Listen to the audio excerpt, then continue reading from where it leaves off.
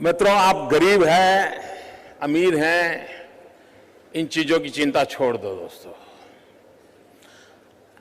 एक बात की जरूरत होती है, आपका आप पर भरोसा होना चाहिए।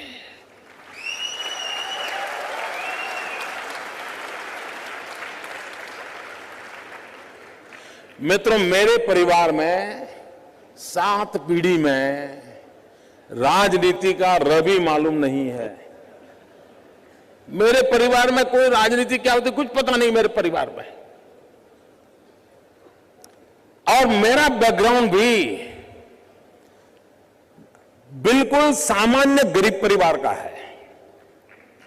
आप में से बहुत कम लोगों को मालूम होगा, मैंने पहली बार अभी 2 दिन पहले दिल्ली में आया था तो पहली बार अपने मुंह से मैं बोला था, मित्रों, मैं बचपन में रेल के डिब्बे में चाय बेचता था।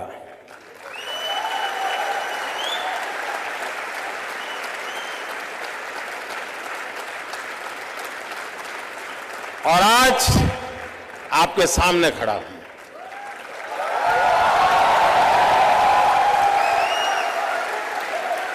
और इसलिए दोस्तों, आप ये चिंता छोड़ दीजिए आपका बैकग्राउंड क्या है। बिल्कुल घबराइए मत दोस्तों। आप किस परिवार में पैदा हुए हो, किस अवस्था में पैदा हो, चिंता छोड़ दीजिए दोस्तों। अगर आपके दिल में समाज के लिए, देश के लिए करने की आग है, निकल पड़िए दोस्तों, रास्ता अपने आप मिल जाएगा।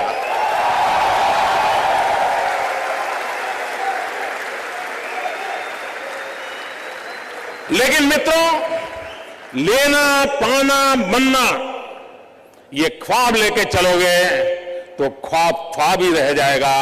लेकिन देने के मिजाज से निकलोगे तो दुनिया आपके चरण चूमने लग जाएगी। ये मैं आपको विश्वास देता हूं।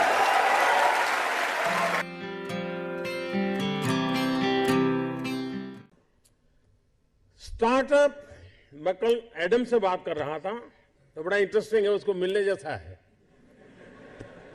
उसको हिंदुस्तान की स्पिरिचुअल दुनिया में बड़ा इंटरेस्ट है। लेकिन उसने मुझे एक बात अच्छी बताई। वो कह रहा है जो पैसे कमाने के इरादे से आता है वो कभी स्टार्टअप कर ही नहीं सकता है।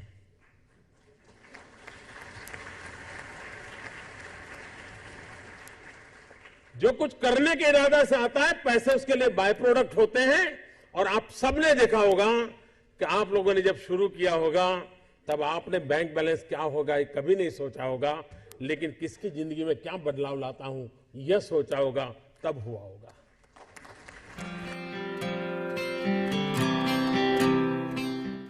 मित्रों, कभी कभी नौजवानों की जिंदगी में कठिनाई आती है। सुबह अगर किसी क्रिकेटर की अखबार में फोटो देख ली, उसकी बड़ी वाहवाही हुई देख ली, तो मन करता है यार क्रिकेटर बनना अच्छा होगा। दोपहर को किसी टीवी चैनल पर किसी फिल्मी कलाकार का नाम रोशन दिखता रहा तो मन करता नहीं यार ये अच्छा है। शाम को किसी डॉक्टर ने बहुत अच्छा काम किया है देख लिया तो मन करता है यार ये अच्छा है। यानी कई नौजवान मिलेंगे आपको, हफ्ते में 3 नई नई योजनाएं बताएंगे और आप भी परेशान हो गए। यार पिछले हफ्ते तो कह रहा था कि मुझे बिजनेसमैन बनना है और इस हफ्ते कह रहा है नहीं मुझे तो पॉलिटिशियन बनना है। मित्रों, ज्यादातर लोग ऐसे हैं जिनकी इच्छाएं रोज जन्म लेती हैं और ज्यादातर इच्छाओं का बाल मृत्यु हो जाता है। मित्रों, ऐसी क्या इच्छा होती है जिसका बाल मृत्यु हो जाए? कुछ लोगों की तो इच्छा ऐसी होती है जिसका गर्भधारण ही नहीं होता।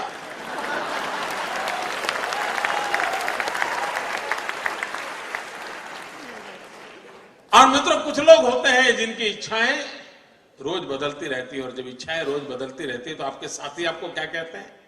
आपको यही कहेंगे यार छोड़ो, वो तो बड़ा तरंगी है, वो सुबह शाम नई नई चीजें सोचता रहता है, वो बेकार है यार, वो तो ऐसे ही उटपटांग बातें करता है। ऐसे कैसा ही होता है ना। मित्रों, मेरा कोई नौजवान साथी ऐसा नहीं होना चाहिए जिसकी इच्छाएं लोगों के लिए मजाक का कारण बने।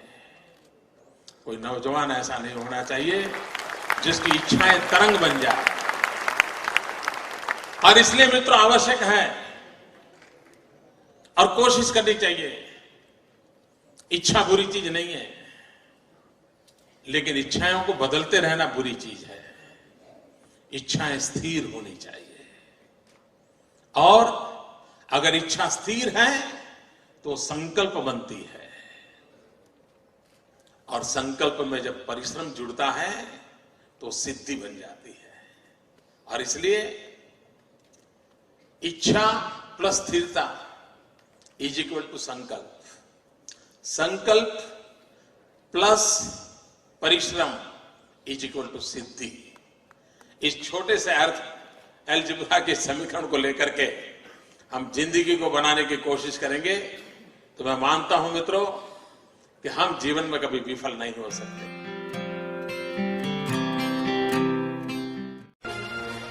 मैं मेरे नगर वड़नगर से कभी कभी ट्रेन के अंदर विसनगर जाया करता था। एक 12-15 साल का किशोर जिसको पोलियो हुआ था, कमर के नीचे का शरीर काम नहीं कर रहा था, वो मुश्किल से ट्रेन के अंदर चढ़ गया। उस गंदे कपड़े थे, भिक्षुक जैसा लगता था, लेकिन वो भीख नहीं मांगता था और हर किसी के पास जाकर के वो रिक्वेस्ट करता था मुझे बूट पॉलिश करने के लिए दीजिए। और उस समय 10-15 पैसे में बूट पॉलिश होती थी, और लोग कभी दया भाव के कारण, कभी करुणा के भाव के कारण उससे अपना जूतों की पॉलिश करवाते होंगे। लेकिन मैंने देखा, पॉलिश वाले करने वाले बहुत देखे थे, लेकिन इस बच्चे की तरफ मेरा ध्यान गया। मैं देख रहा था क्या कर रहा है। उसने क्या किया, अपने गंदे टूटे फूले झोले में से उस दिन का टाइम्स ऑफ इंडिया निकाला और उस पर लिखा था, ग्राहक के प्रति उसने लिखा था कि आज का दिन बहुत ही शुभ हो, आपकी यात्रा शुभ हो, आपके सारे काम सिद्ध हो। अंग्रेजी में उसने एक छोटा वाक्य लिखा था। और जैसे ही उसने जूते दिए पॉलिश करने के लिए, तो इसने उनके हाथ में टाइम्स ऑफ इंडिया पकड़ा दिया। उस ग्राहक को भी लगा कि 10 पैसे में पॉलिश हो रही है और 1 रुपये का अखबार पढ़ने को मिल जाता है। इस घटना को मैं देख रहा था तो मैंने उस बालक को पूछा, मैंने कहा भाई तुम हो कौन? बोले मैं कर्नाटक का हूं, कोई परिवार में है नहीं, मेरी शरीर की हालत अच्छी नहीं है, लेकिन मैं सम्मान से जीना चाहता हूं, इसलिए मैं यहां पहुंच गया हूं, करते करते काम कर रहा हूं। और बोले मैं लोगों की सबसे अधिक सेवा करना चाहता हूं। बोले हर दिन सुबह एक टाइम्स ऑफ इंडिया खरीद लेता हूं और दिन भर में 25-30 लोगों की जब पॉलिश करता हूं, 5 मिनट 7 मिनट पॉलिश करता हूं, उतनी देर वो अखबार पढ़ लेते हैं और मुझे आशीर्वाद भी देते हैं, पैसे भी देते हैं। मैंने इस दृश्य को देखा तब मुझे गीता पूरी तरह समझ आ गई। मुझे लगा इसको कहते हैं योग कर्मसु कौशलम। पॉलिश करने वाले काम को उसने योग बना करके जिस प्रकार से उसमें प्रोफेशनलिज्म ला करके काम किया था, और यही तो योग कर्मसु कौशलम है, जो जिंदगी को जोड़ देता है,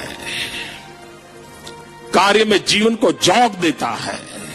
वो यौगिक अवस्था को प्राप्त करके जीवन में एक अद्भुत अनुभूति का एहसास करता है। संगठन का काम करना ये उनका जो मूलतम कार्य है वो है। कई प्रांतों में पार्टी का काम करते रहे हैं और जिन लोगों के साथ काम करते रहे हैं उनको भी लगता है कि वो टफ टास्क मास्टर हैं, डिसिप्लिनरियन हैं, नए नए आइडियाज उनको सूझते हैं। अगर वो चुनाव लड़वा रहे हैं पार्टी को किसी प्रांत में तो उसमें भी वो क्रिएटिव हैं।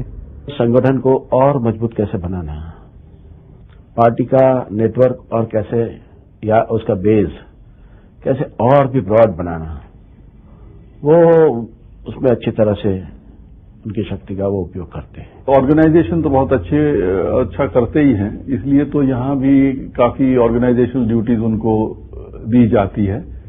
सो that there is no question that he is a very good organiser. राजनीतिक के रूप में मैं ये मान सकता हूँ कि उनकी और हमारी विचारधारा में चाहे जितनी भी भिन्नता हो, पर वो अपनी विचारधारा के प्रति प्रतिबद्ध राजनीतिक हैं। और उनके बारे में जो आम धारणा है वो ये है कि संगठन के में उनकी बड़ी अच्छी पकड़ है।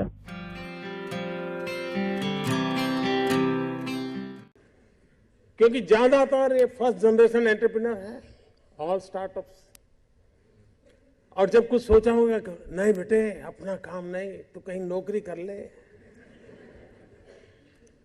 शुरू में जब दोस्तों ने सुना होगा, बहुत मजाक उड़ाया होगा, उपहास किया होगा, जाते आते आपको उसी उपनाम से सुनाते होंगे, ये कुछ करने वाला है, ये करने वाला है।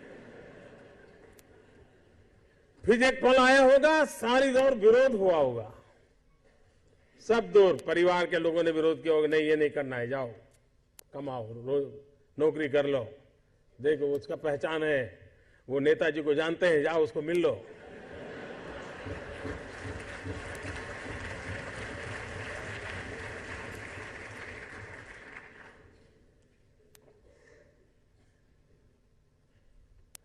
उस विरोध के बावजूद भी जो टिके होंगे, आज सब लोग कहते होंगे कि यार इसने तो कमाल कर दी, कुछ ऐसा मुझे भी करना है।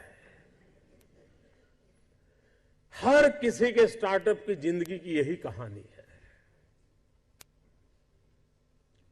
एक भीतर से एक ऊर्जा होती है, भीतर में एक सपने होते हैं, उसके साथ खप जाने का इरादा होता है, तब जाकर के परिस्थितियां पलटती है। और दुनिया में हर किसी ने यही किया होगा।